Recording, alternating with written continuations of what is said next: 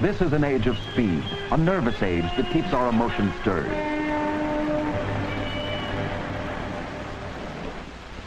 All of us, young or old, schooled or illiterate, are endowed by nature with the ability to live a life filled with many kinds of emotions.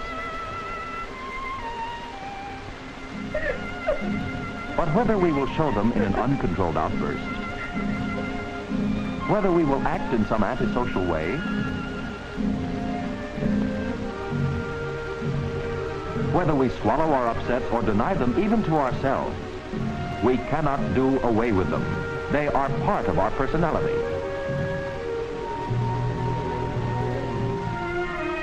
We inherited many confusing and conflicting ideas about emotions, some of which still linger on. But today, people in distress need not conceal their emotional problems anymore. They can find help and counsel from a new group of specialists: psychiatrists, psychologists, social workers, and the modern religious counselors. In this film, we're not concerned with clinically disordered emotions, but with everyday experiences involving emotions. For these, we must start at the beginning, with the newborn child. Welcome, young man. Welcome to life. For you, as for all children, life begins as an emotional experience. Obviously, this new and strange world comes as a shock to you. Though just 1 minute old, you are a personality with a name, an identity by which we recognize you as an individual. Look at him. This new individual is well equipped for all the physiological functions of living and for emotional responses to events around him. From his first breath, he is capable of being happy or unhappy, and can make others around him happy or unhappy.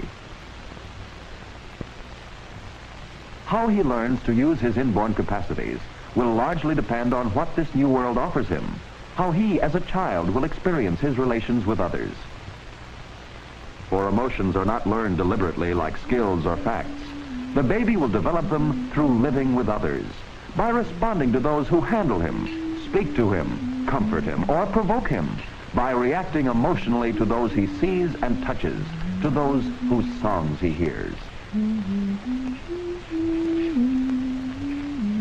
And so as the child grows, he will learn many new things, some from books and teachers, but probably much more from trying, testing, accepting, and rejecting. In other words, from living with others. From the beginning, the child literally feels his way through life, loving, hating, worrying, trying to find a place for himself in this new world of grown-ups. From day to day, the basic emotional responses tie in with one new experience after another, with cue after cue, with the child's own responses to new situations and new cues. As an example, an infant experiences a strong emotional shock when the pediatrician gives him his first injection. Several signals may connect with this unpleasant experience, such as the specific odor of the office, the color of the doctor's jacket, the sight of his instruments. Later, when the mother brings the child to a doctor's office, the mere smell of it may provoke the same responses that were part of the earlier experience of pain. And these in turn may release emotional responses of crying and rebelling in defense against the anticipated pain. As the child matures, she can tell herself that the visit to the doctor's office is important for her health. Therefore, she can soothe her responses by reasoning, which means that she has learned to control an emotional reaction through signals given to herself by reasoning. In his daily routine, the child continuously learns about life. Memories of many of his early experiences may fade and seem forgotten, but they are rarely completely erased. Although he may not be conscious of them, they are often operating in his later life as the forgotten childhood. Where a young infant's drive has been kept low, where parents paid attention to his early requests, the child easily progresses to the next developmental step, exploration, striving to achieve some gratifications by himself. This struggling to achieve gratifications by himself is part of the preparation for later life. But even at the height of achievements, it will be the childhood patterns of his emotional experiences that will largely govern his relations with others. That's why it is so important that he learns to manage emotions honestly as he develops physically. Where did a helpless infant get this capacity for emotions? Just as he could breathe, eat, and digest food from the time he opened his eyes, he could also respond with emotions. Let's try to visualize what goes on inside the human body when pain or danger threatens. The adrenal glands release hormones into the blood. The heart pumps the blood, carrying these chemical messengers to all parts of the body. In the liver, they release an emergency ration of stored sugar into the bloodstream. The heartbeat accelerates. The blood pressure goes up. Breathing becomes faster. From this point of view, we may describe emotions as primitive biological reactions to painful or threatening stimulations from outside, intense responses involving the whole body. From the very beginning, the human baby is equipped with this emotional defense setup. As his experiences grow, his emotional responses become more varied. Here is a boy just beginning to explore the world, with curiosity, with eagerness. But the road of exploration is not smooth. He is unable to handle his blocks, and so he is frustrated and disturbed. Sister's too young to help. Here comes Mother. The toy hammer is a good release for his emotional and physical reactions, and soon the blocks are forgotten. Someday he'll be able to meet such frustrating incidents without crying. From day to day, his play experiences are increasing, not without occasional upsets. These are his sister's crayons. And here's Lynn to claim her right. Don't man, you bad, bad boy. This is a familiar scene and a very significant one. Observe how Lynn uses words to express her emotions. That's quite a step forward from crying or hitting. Bad, bad boy. Sometimes grown-ups find a child's sincere expression of emotions shocking, and so may tend to undermine the child's emotional sincerity. Lynn, dear, play with your brother. Come on, darling. Play with your brother. I don't like him. Well, Lynn, you don't really mean that. You love your brother, of course. I don't like him. Oh, be nice to brother. He's our baby. Send him on my leg. Lynn is jealous of the baby and shows it. No use telling her that she must love Toby.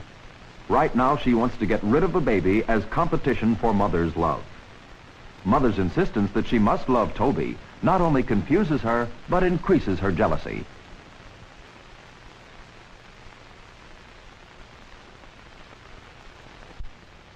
Another example.